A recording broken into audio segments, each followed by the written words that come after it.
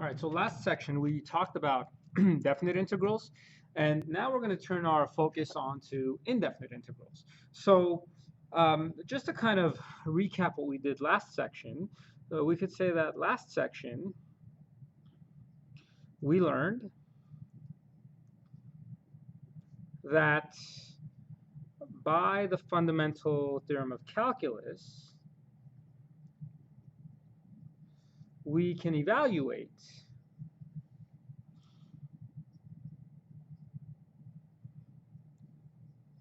the definite integral.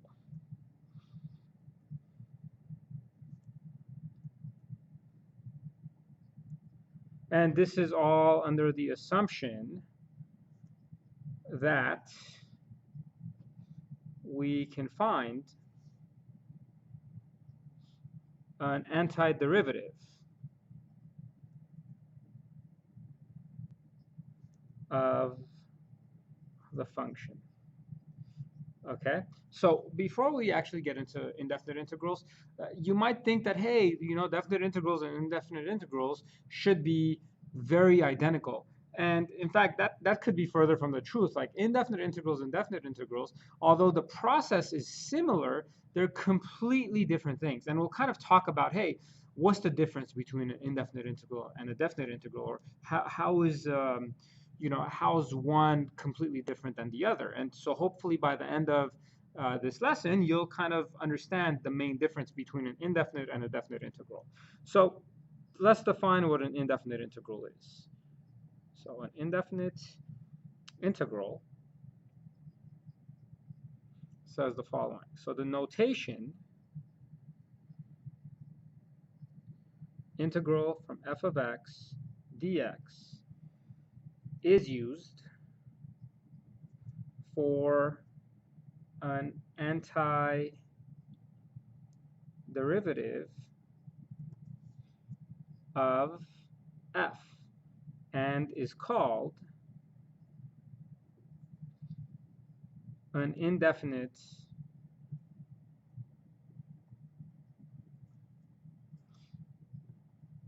integral. Okay, so basically, what are we saying? If you look at this and you compare this to a definite integral, an indefinite integral looks almost identical to a definite integral, except it has no lower limit and upper limit. So whenever you see this, in other words, we're just saying find the antiderivative of f of x, kind of like what you did at the end of section 4 without being introduced to indefinite integrals. So when you see this, you're still finding the antiderivative. Okay, so here's what we could say. In other words, what we're claiming is, so the indefinite integral of f of x dx equals to capital F of x plus c. So now notice how the plus c is coming back. And what is it that we're saying? The antiderivative of lowercase f is capital F. Now the plus c is coming back. See, here's one difference that we see. For indefinite integrals, we have to put the plus c back.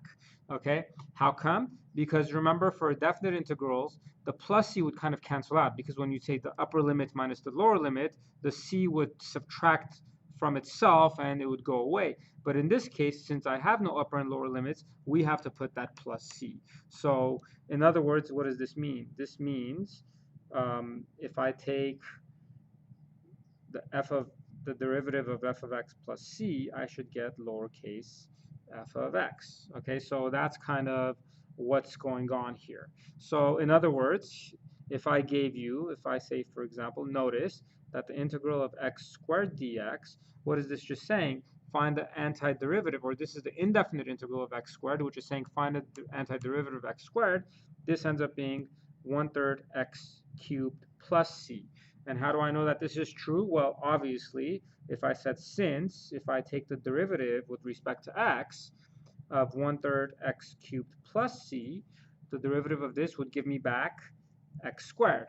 And so let's make a comment on this. So what does this imply? We regard an indefinite integral as representing an entire family of functions. Now, why is it that we're calling it an entire family of functions? Because one for each c, right? So as c changes, this function, I mean the x cubed, it stays a cubic function, it just shifts up and down. So one for each c value. Now, just as before, if I specifically want you to find c, then I would have to give you some information about the antiderivative that would help us find c. But for now, this is just saying find antiderivative. And so if you just say 1 cubed x, 1/3 x cubed, and you don't put the plus c, then I'll say, oh no, that's not right, because I was thinking of 1/3 x cubed plus 1. They're different functions because the c changes. So you're putting the plus c to cover your bases.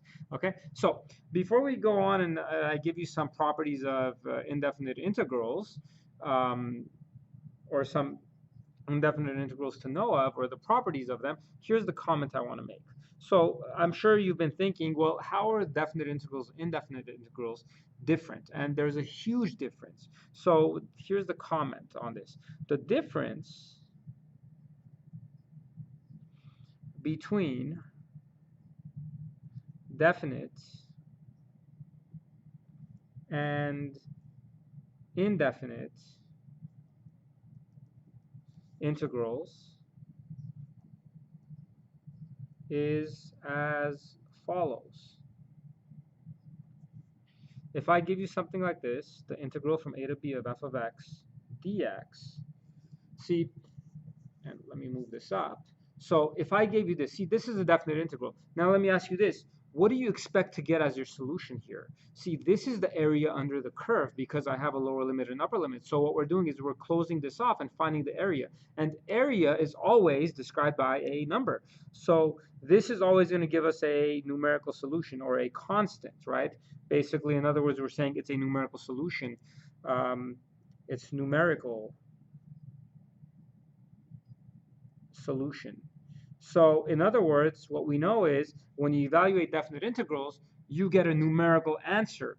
But what do you notice is the result of an indefinite integral?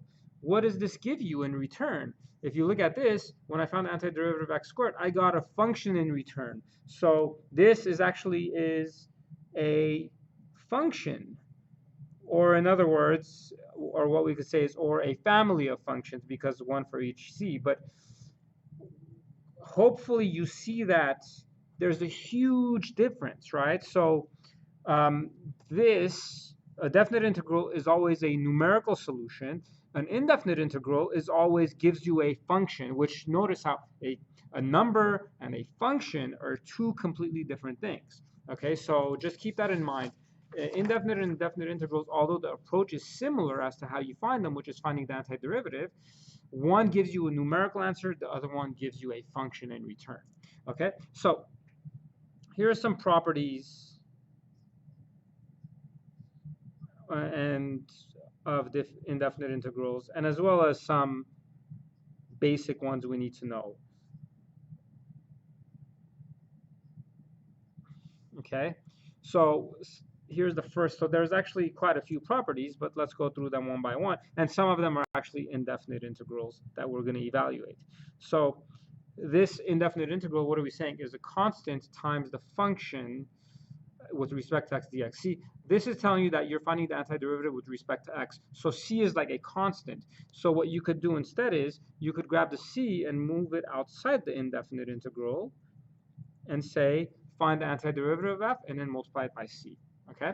So the second property is if I have the indefinite integral of f of x plus g of x dx, I could say, okay, why don't we split this up? I could find the antiderivative of each function separately and then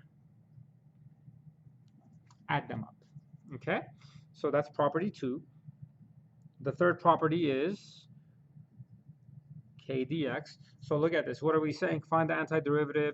And see, k is a constant because what is this telling you? X is your variable. So I'm integrating this with respect to x. So what would this be?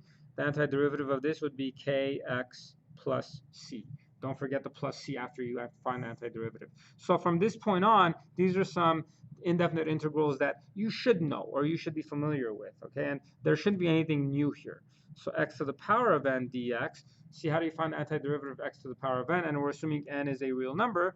You do the opposite of the power rule. So what do? To find the antiderivative, you add 1 to the power, and then to balance this out, you have to divide it by 1 over n plus 1, because remember, when I find the derivative of this, I need to get x to the n back. So when I bring this n plus 1 down, they need to cancel out, so I have a 1 in front of my variable when I find its derivative. So plus c, okay? And then, of course, we don't want, in this case, n to equal to negative 1. Obviously, if n equals to negative 1, this becomes 1 over x, and we know that the antiderivative of 1 over x is something different. So if x has a power something other than 1, you use the inverse of the power rule. You work backwards to get to this, okay? So 5, which would then give this, and so the antiderivative of 1 over x, that we all know as ln of absolute value of x plus c, okay? Moving on. Sixth one is, this one should be straightforward as well. You guys are pretty familiar with this, and I'm sure you all like this one because the antiderivative of e to the x is just e to the x plus c. 7 is antiderivative of a to the x, which now this becomes what?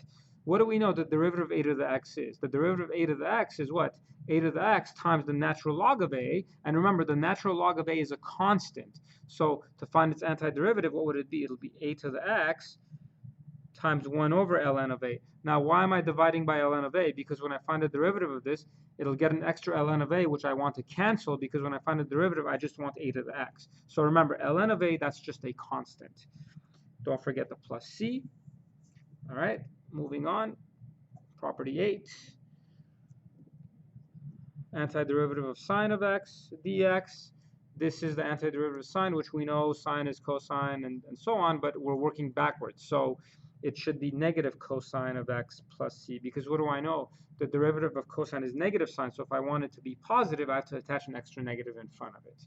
Okay, so that's property 8. The ninth one, we could say the antiderivative of cosine of x dx equals to sine x plus c. And this is where people get usually a little confused, because you always say, look, the derivative of cosine is negative sine, the derivative of sine is cosine, but remember, we're working in reverse now. So the antiderivative of sine is negative cosine, the antiderivative of cosine is positive sine.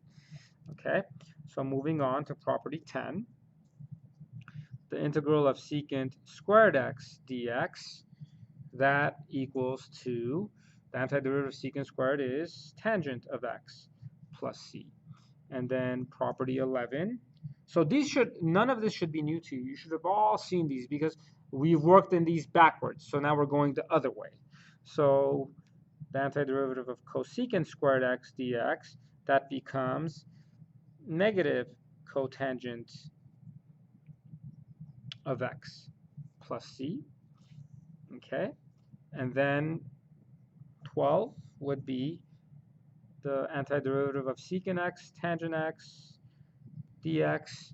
That just becomes secant of x plus c. All right. Property 13, cosecant x cotangent x dx. The antiderivative of cosecant x cotangent x is negative cosecant x plus c. Okay, so there's two more.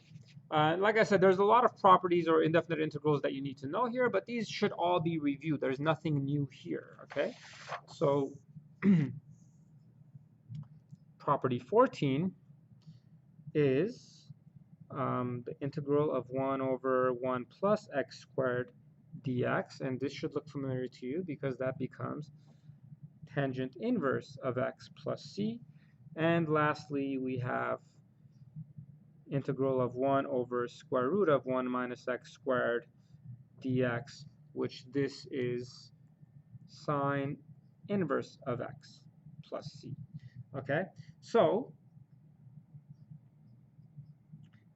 one comment I want to make is when we find these antiderivatives, we're always assuming that these derivatives are only true for when x is defined, obviously. So you don't have to say, oh, look, this antiderivative only exists when x takes on these values. We're always under the assumption when you find antiderivatives that they're only valid for whenever the antiderivative exists. So you don't have to specify any restrictions or whatnot. So we're always under the assumption when you find this antiderivative, it's only true for when the function is continuous. If it's not continuous, then disregard it. Okay, so you don't have to worry about that. Okay, so to finish this off, we're gonna talk about kind of like our applications. Now, in this section, we're not gonna do many examples because all you're doing is finding antiderivatives. So I think you should be fine with that. Okay, but if you have any problems with that, make sure to talk to me, and then we could practice some more in class anyway. So the first type of application of integrals that we see is the net change theorem. Okay, so the net change theorem, the whole idea of the net change theorem is it kind of, and this applies to definite integrals, it just tells you how much a rate of change increases or decreases when we apply it to definite integrals. So here's what the net change theorem says. The integral of a rate of change is the net change. Okay, because it tells you on average or on total on what the total amount of change has been of whatever your rate of change is. So in other words, here's what we're saying, and I'll give you an example where hopefully it'll make more sense. So think of it this way: if you find the integral from a to b of capital F prime of x dx, we know from the fundamental theorem of calculus part 2 that this is evaluated as what? F of b minus capital F of a, which what does this tell you? This tells you that from a to b, capital F changed by this much, right? Because if you say f of b minus f of a, it just tells you how much f changed by from a to b, and that's why it's called a net change, okay? So in other words, to kind of put this in other terms, think of it this way: if v of t is the volume of water in a reservoir at time t, then v prime of t, see, this is the average rate of change of volume, or not average, instantaneous rate of change of volume, which means how much water is being dumped in or dumped out. So this is the rate at which water flows into. So we're going to assume that this is the rate in which the water flows into, but it doesn't have to flow in. It could flow out. But for now, we'll say flows into the reservoir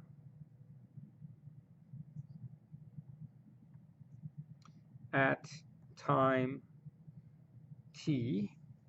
So what do you notice happens here? So if I take the definite integral t sub 1 of t sub from t sub 1 to t sub 2 of v prime of t dt, what does this give me? This gives me v of t sub 2 minus v of t sub 1, which what does that mean? This is the amount of water you have in the reservoir at time 2. This is the amount of water you had in the reservoir at time 1. So if I subtract the amount I had at time 2 from, or if I subtract the amount I had from time 1 from time 2, what does that give me? It gives me how much water was added or decreased or whatever it is. It gives me the net change of water added to this reservoir from time 1 to time 2, right? This basically tells me how much water has increased, or it could also be decreased from time 1 to time 2. So it gives you the change of amount of water. So this is the change in the amount of water between time t sub 1 and t sub 2. So just, I mean, this is just one example. Obviously, there's more applications to this, but this just tells you how much you gained or lost. In this case, how much water you gained or lost between T1 and T2. Now, in this case, since we're saying it's flowing into, obviously we're going to gain water. If it's flowing out, we would lose water. Now, if it was both flowing in and flowing out, then this would, if this was a positive number, then that would mean from T1 to T2, I gained this much. So remember, this doesn't tell you how much water you have inside the reservoir. It just tells you how much you gained or how much you lost, which that's what the whole net change is about. It just tells you how much it changed by from this value to this value. Okay, so that's basically what the net change theorem is about. And that also wraps up this section. Like I said, we didn't really have any examples, or I didn't give you any examples because I feel like it would be redundant, right? So what's important is to understand what an indefinite integral is and to understand what the whole point of the net change theorem is. So if there's any questions, don't hesitate to ask me, and that takes care of this section.